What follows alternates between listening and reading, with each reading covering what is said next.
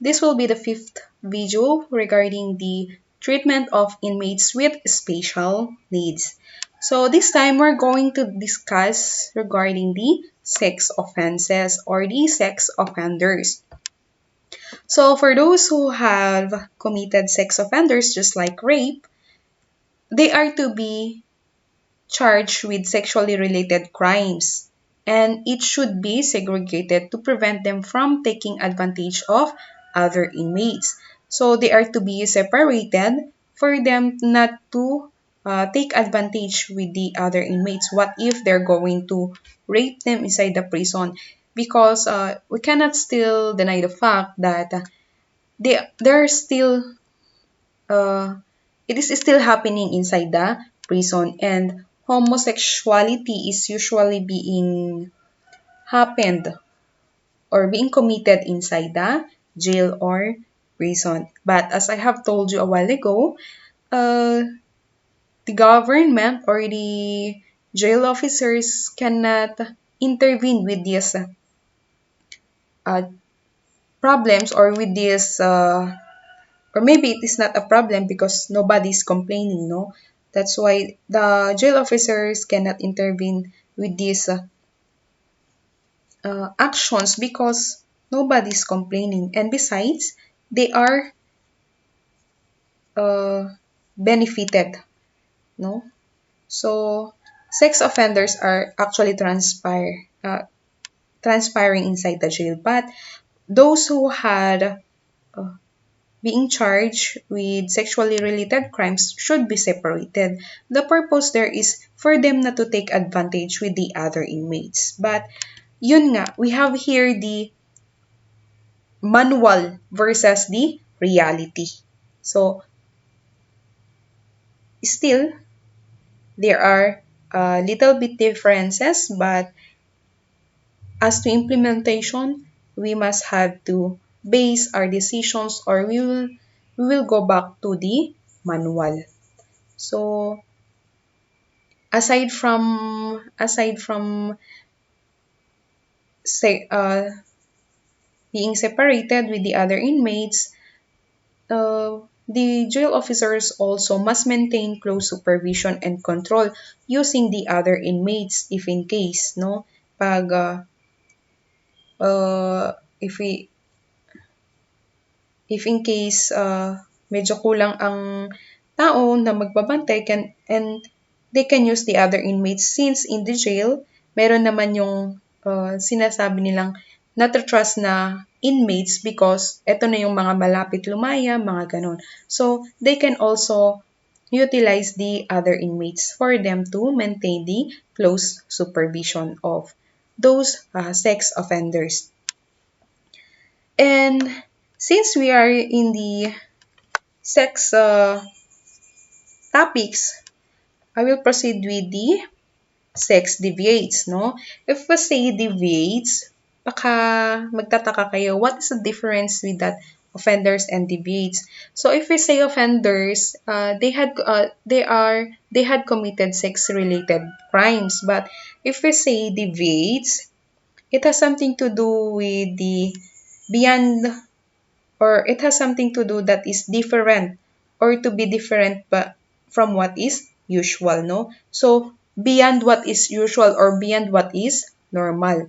Example is homosexuals should be segregated or separated immediately to prevent from influencing other inmates and being maltreated or abused by other inmates, just like the case of baby Gandang Hari. And homosexuality is one of the sex deviates kasi it is not normal to have a sex with the same sex with just like female to female or male to male. And likewise with the other sex deviates should be separated with the other inmates for closer supervision and control. So those are the proper ways on handling sex deviates and sex offenders. And besides, or aside from the sex deviates and sex offenders, we also have here suicidal inmates. For the suicidal inmates, the proper way of handling is inmates manifesting signs and symptoms of depressions or suicidal or tendency must be referred to the jail psychiatrist for evaluation and management. So, basta with regards to depression or with regards to feelings or emotions, still it will be referred to the jail psychiatrist. Just like depression, suicidal tendencies, mga ganon, that will, or mental illness, those are to be referred with the jail psychiatrist.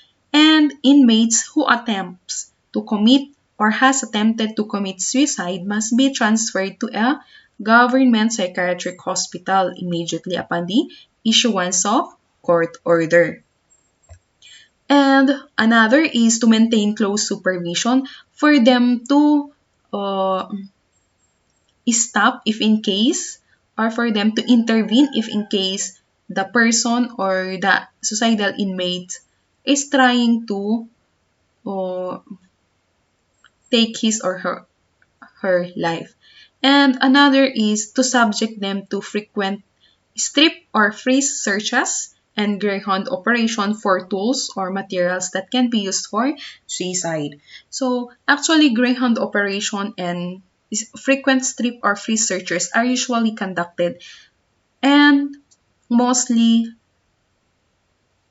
or not oftentimes, not sometimes, but it is a mandatory and frequently done inside the prison for them to confiscate and to avoid confiscate tools or materials that can be used as a weapon or can be used as a suicidal tools. And with regards to the suicidal inmates,